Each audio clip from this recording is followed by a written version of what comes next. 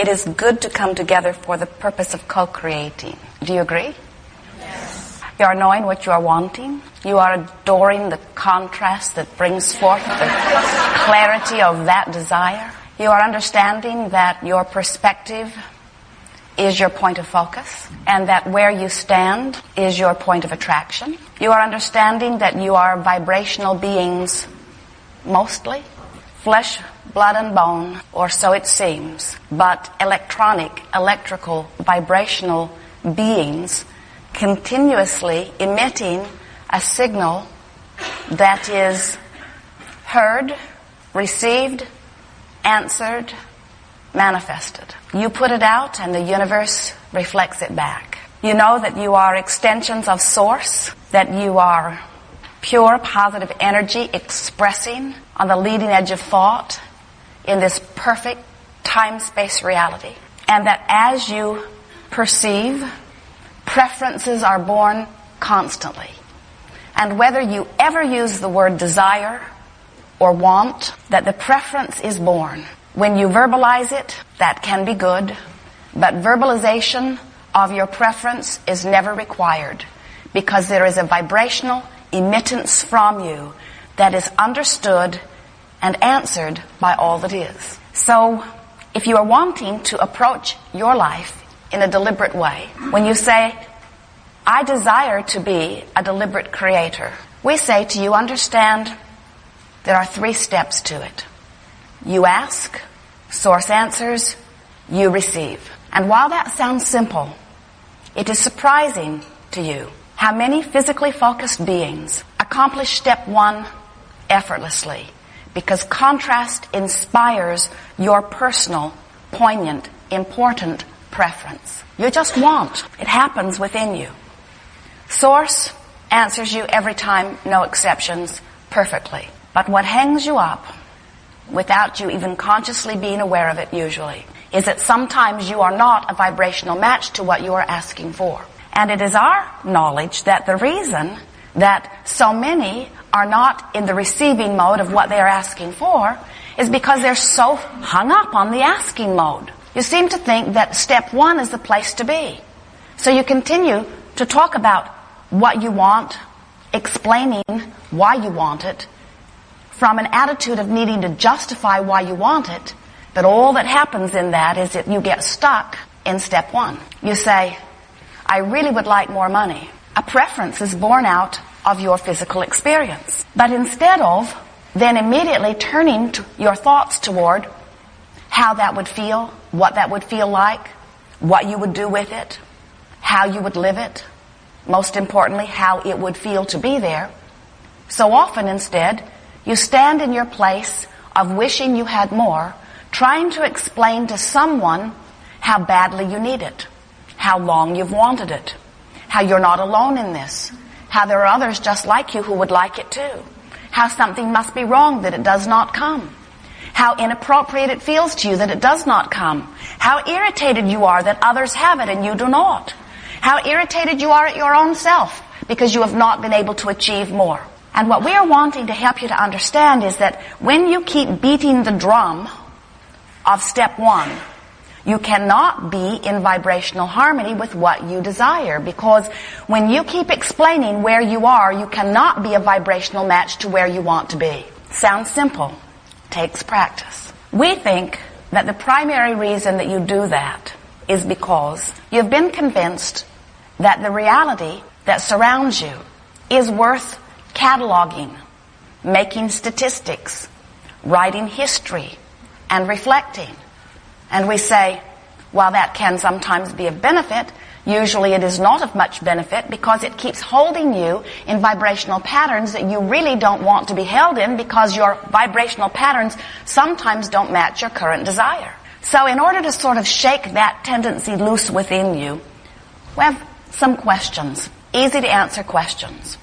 Multiple choice questions. If you were given these 2 choices, which do you choose? Truth or untruth? What do you choose? We think that's a good answer. If you were given these choices, which do you choose of these 2? Something that feels good or something that feels bad? Again, Another excellent choice. Now we ask you, of these two, which do you choose? Something that is true or something that feels good? A very wise group. We hear your words, but we read your vibration. And while you want to always choose that which feels good, because you are oriented in your physical environment where you have been observing reality, you have become oriented toward expressing reality as it is, forgetting that you are a creator of reality. You have become such realists that you almost never dream. You've become such realists that you direct your thoughts hardly at all into new areas. Instead, you regurgitate old areas. Now that can serve you if you are a selective sifter, if you are wise enough to understand that you really do want to feel good. So you keep reaching for thoughts and memories and examples and evidence of what does feel good. But we do not see you guiding yourself by the way you feel as much as we see you trying to explain what is true. I will tell it like it is. I must always tell the truth.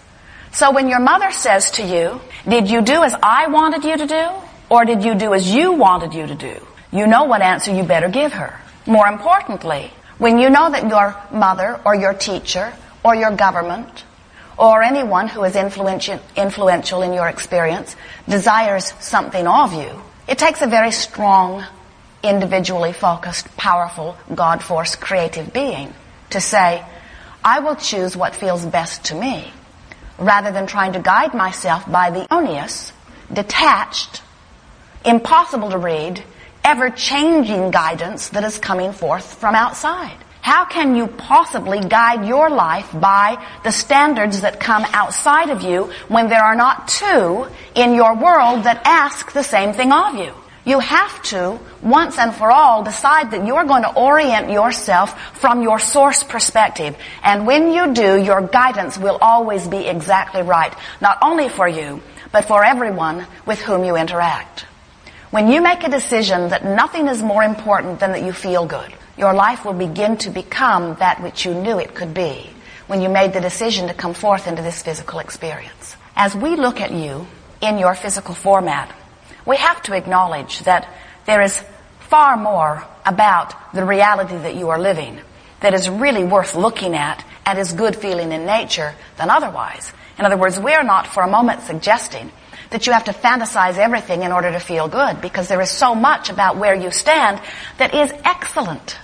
But in your quest for wanting to fix things, in your quest for wanting to find problems so that you can solve them, in your orientation, and it is a good one, understanding that you are on the leading edge, in your deciphering of contrast in order to give birth to rockets of desire, somehow, sometime, most of you have become so oriented in explaining in a sort of justifying manner why you are where you are, that you hold yourselves in that place much longer than you ever intended, and in many cases much longer than is comfortable to you. And we want you to understand that it is only because you've developed patterns of thoughts that can easily be modified, can easily be changed once you understand the simple processes that make that happen. You see, you have these dominant thoughts.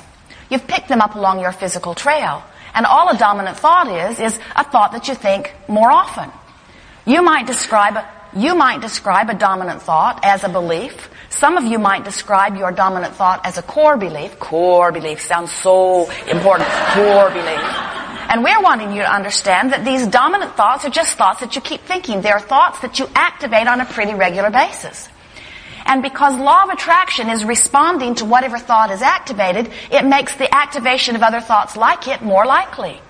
So when something happened in your experience when you were 2 or 3 or 4 or 5 or 20 or yesterday, when something happened in your experience that got your attention and you focused upon it, and usually others around you focused upon it too, you activated this vibration within you which law of attraction began to respond to. And if your attention was on that for a little bit of time, it is a strong probability that it got a foothold in your vibrational patterns.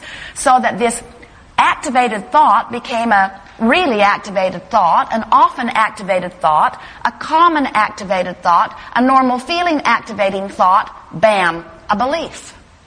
And then this belief got a lot of airtime, so to speak, by you, And law of attraction matched you up with others who had also activated this thought until you begin to say, this is not only an activated thought. In fact, you hardly ever say that. This is not only an activated thought, this is something that I believe. And I have evidence in my life experience and others that support this belief. And we say, so what? So what? All you're saying is, I activated a thought, I held it activated within my consciousness long enough that law of attraction does what it always does and responded to it by giving me manifestation, and now I call it some sort of powerful truth.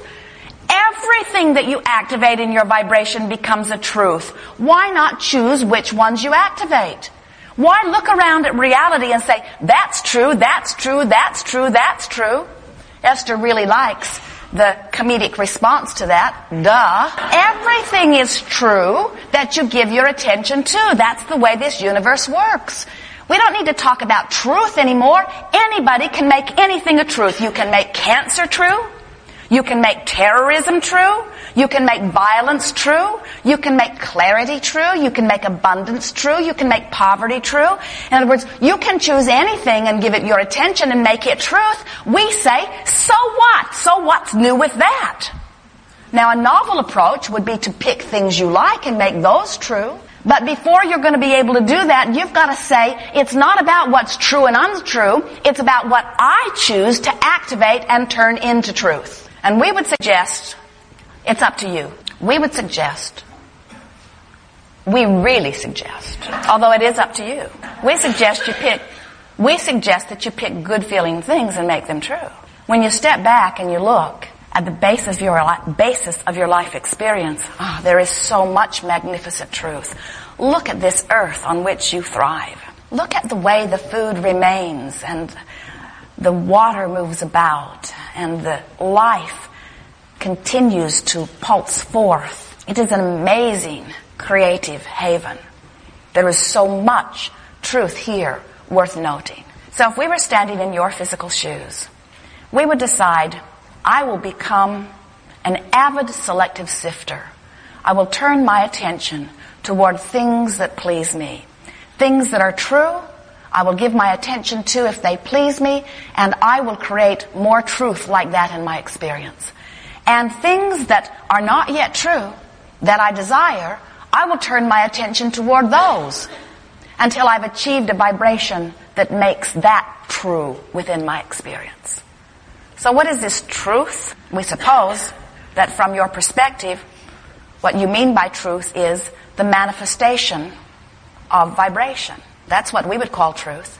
Truth is giving enough attention to something long enough that it manifests so that others then can bear witness to it also. That's what you call truth. Others see it too. It's now documented and written down. And we would call truth alignment with Source. Because when you align with Source, there is a knowledge of well-being, which is your ultimate and eternal truth. When you align with Source, there is an ultimate clarity, which is your ultimate truth. When you align with Source, there is this powerful truth that we call an unabiding awareness of worthiness and self-value. When you connect with who you really are, and you allow the truth of who you really are to radiate through you, when you allow yourself to be who you really are, now that's truth. So, as we move forward here today, we want to assist you in recognizing that you may have some patterns of vibration that are not serving you as well as others, so that you can begin to emphasize the ones that serve you and de-emphasize the ones that don't. You might say, this is your personal, individual process of activating chosen thought long enough to make the thought of your choice dominant. What's the value of that? Well, when you think about major subjects like dollars, when you think about money or dollars or abundance, does it feel like freedom and adventure and fun to you? Or when dollars comes up in your conversation, do you feel worried? Do dollars feel like struggle to you or like fun? You can tell as we introduce the subject into your consciousness what your reverberating responsive vibration is. When we ask you, relative to the subject of your dominant relationship, does it feel like expansion and adventure, or does it feel like hard work, bondage?